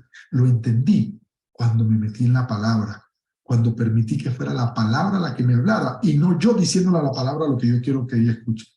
Entonces, esto de las corrientes neopentecostales es tan profundo y a la vez tan crítico que todo se resuelve en la palabra. Yo quisiera, porque no puedo tocarlas todas, pero sí decirles algo. En Panamá tenemos un centro bancario internacional, más de 243 bancos diferentes, y cada uno tiene su cantidad de sucursales. Y cuando entrenan a los cajeros de los bancos para que no sean engañados, yo dije, ¿cómo lo harían? Ustedes pensarán, a lo mejor que le ponen todas las clases de billetes falsos para que lo identifiquen. Así no los entrenan. Nada de billetes falsos. Los meten en un seminario de 4 días donde solamente le enseñan a identificar el billete correcto. Y se aprenden también, se familiarizan también con el billete auténtico, que apenas ven uno falso, enseguida dicen, esto no es. Ellos no los enseñan con los billetes falsos, los enseñan con los billetes correctos. Y hoy lo que quiero decirles es que la palabra nos va a enseñar a nosotros cuál es el evangelio correcto. Y todos tenemos que estar apercibidos de lo que es correcto. Y te aseguro que el propio Espíritu te va a revelar cuando estás frente a una falsa doctrina. Yo creo que el tiempo se ha extendido y no quiero abusar. Creo que sería interesante que pudiéramos masticar esto que hemos hablado hasta hoy. En vez de hablar de tantas corrientes, las que hemos podido tocar hoy, sería interesante en alguna ocasión poder continuar. Tenemos el próximo año la cumbre educativa que siempre se hace en diferentes países. Yo recuerdo todavía cuando fui a esa cumbre educativa en El Salvador, fue en el 2015, me parece, si no me falla la memoria. 2014, fue en El Salvador. Allá pasamos un tiempo hermoso. Ahora va a ser este año, el próximo año, el 2024, va a ser en San José, Costa Rica, en el mes de abril, y para el Cono Sur va a ser en Santiago de Chile. Así que los espero ver a mis amigos allá de Chile, los que están por allá, los espero ver en el Intercontinental. Allá va a ser la cumbre. Ya tenemos la sala separada, ya están los invitados listos, estamos esperando la más la hora. Así que ya lo saben, en Centroamérica será en San José de Costa Rica y en Sudamérica será en Santiago de Chile.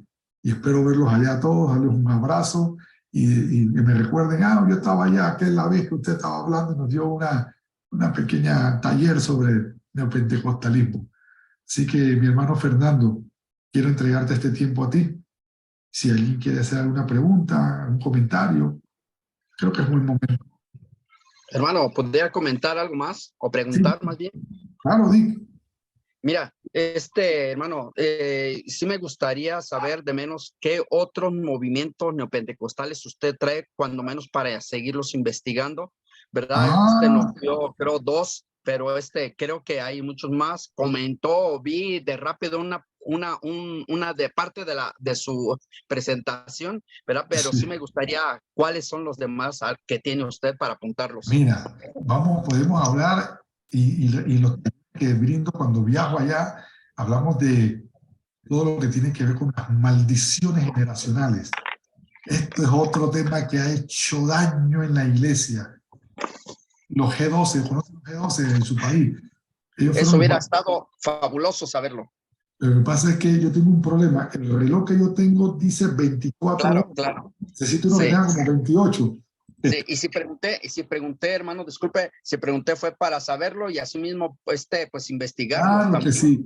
Mira, las maldiciones generacionales y todo lo que tiene que ver pues, ¿se acuerdan que les puse el video de Ana Maldonado pidiendo dinero? Sí, sí, sí. Con todo esto que tiene que ver con el Evangelio de la Prosperidad. Dentro del Evangelio de la Prosperidad, todas estas costumbres de yo pacto, yo decreto, ay Dios, toda esta gente decretando, toda esta gente pactando, y que yo le puedo, y en las exposiciones que hago bíblicamente, hay exégesis, ahí lo vamos llevando paso a paso a demostrar, no es sí porque sí o no porque no, sino bíblicamente dónde está el error con todos estos decretos, con todas estas proclamaciones, con todos estos pactos que la gente está haciendo. Estos son las más importantes, todo lo de la confesión positiva, que yo pido con fe. Dígame desde cuándo Dios dejó de ser el creador y se convirtió en la criatura. ¿Y acaso que porque yo pedí con fe, Él tiene que estar obligado a hacer lo que yo quiero? ¿Desde cuándo Él dejó de ser el Dios soberano? Y por Claro. ahí va la cosa, Dick. Por ahí va la cosa. Sí, sí, sí, nada más para agradecerle mucho. Y no sé si dentro de su PowerPoint que se va a pasar al grupo, ¿verdad? Vayan a venir esos temas o solamente los que dio son los que van a dar. Sí, Gracias pues, por su exposición. mira, me dejaste pensando y realmente tengo la idea de bendecirlos dándole. Lo único que es que eso es como echar chistes por delante, ¿no? Si los paso todos, después no tengo que hablar la próxima vez que me inviten.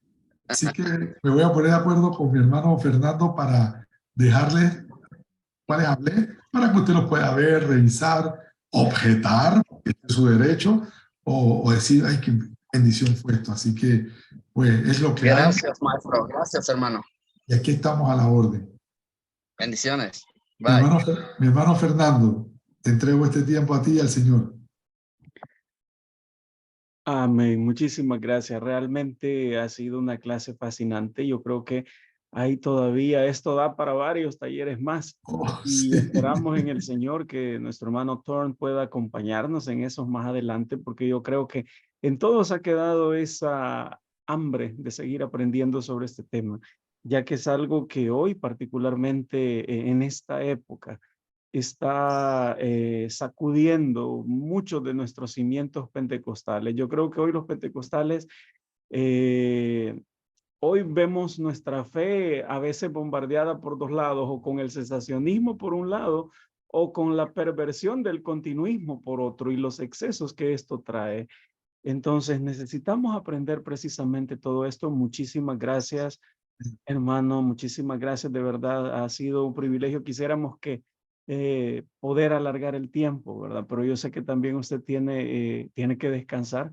Usted va una hora más adelante que nosotros y los hermanos Así. también, ¿verdad? Entonces, muchísimas gracias, pastor. Luego, como decían, el hermano, se van a compartir con respecto a las diapositivas y este tema para que puedan reforzar lo aprendido. Vamos a Claro que sí. terminar, hermanos, con una oración y vamos a orar también por la vida del pastor, que el Señor lo siga usando.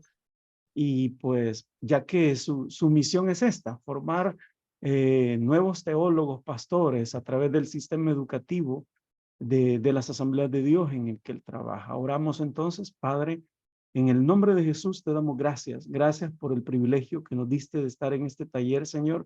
Gracias por la vida de mi hermano Cristian. Te pido, Señor, que puedas glorificarte en él, que sigan bendiciéndole en su labor pastoral y como maestro, Señor. Permite que pueda llevar ese conocimiento con muchos jóvenes a través de toda Latinoamérica que van a escuchar de sus labios tu palabra, que van a escuchar de sus labios la doctrina, Señor, que tú nos has dado. Te pido que puedas bendecirle y ayudarle en todo. Asimismo, te pido que bendigas la vida de mis hermanos que hoy se conectaron en esta noche para estar presentes en este sexto taller. Así también te pedimos por aquellos que van a ver la retransmisión, Señor. Bendícelos también y que esto pueda ser de bendición. Ayúdanos, Señor, a seguir aprendiendo, te lo pedimos. Gracias damos a ti por este momento y hoy nos despedimos en el nombre de Jesús, nuestro Salvador. Amén y amén. Amén, amén, amén. Gracias a mis hermanos y solamente me queda nuevamente decirle, hacemos esto con el mayor amor, no para ofender a nadie. Hasta yo he recibido, cuando yo mismo me he dado cuenta que he sido un neopentecostal en algunas cosas. Esa es nuestra intención, amarlos. Amén. Así es. Bien, que el Señor les bendiga, hermanos. Que tengan muy buenas noches. Nos veremos el próximo lunes.